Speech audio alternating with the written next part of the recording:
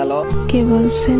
আপনি আমায় চিনবেন না ম্যাডাম। কে আপনি? আমি সেই ড্রাইভার যে আপনার জীবনটাকে সাজিয়ে দিতে অক্লান্ত পরিশ্রম করে ওই মহাসড়কে মৃত্যুর সাথে যুদ্ধ করেছে। ও আচ্ছা, আপনি চিনতে পেরেছেন তাহলে?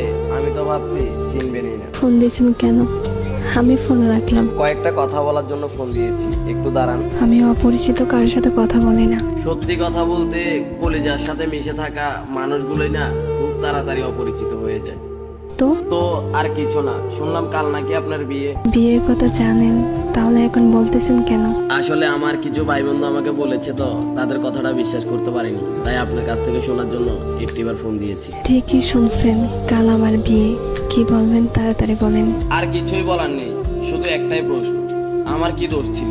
আমার ভালোবাসায় তো কোনো কমতি ছিল না, শুধু পেশায় ড্রাইভার বলে আজ আমায় ছেড়ে কোনো প্রতিষ্ঠিত ছেলের হাত ধরে চলে যাচ্ছ তুমি। তোমার কি ওই কথাটা মনে আছে?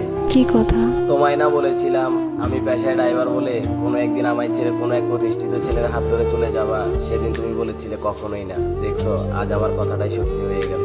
আরো বলেছিলাম যেদিন তুমি আমায় ছেড়ে চলে যাবা সেদিন ইচ্ছে করে পায়ের ব্রেকটা মিস করে এই দুনিয়াটা ছেড়ে দেবো, আর না হয় বেঁচে থাকলে জিন্দা লাশের মতো বেঁচে থাকবো। দেখেন, শুধু শুধু পাগলামি করেন না প্লিজ।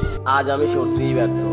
এই কথাটা শুনে যে আমার মুখে আমার মৃত্যুর কথাটা শুনে তুমি আমাকে বলতেছো পাগলামি করো না, অথচ যখন তোমার সাথে আমি জড়িয়েছিলাম তখন একটু করে মৃত্যুর কথাটা বললে তুমি বলতে তুমি মরে গেলে কি আমি বেঁচে থাকবো?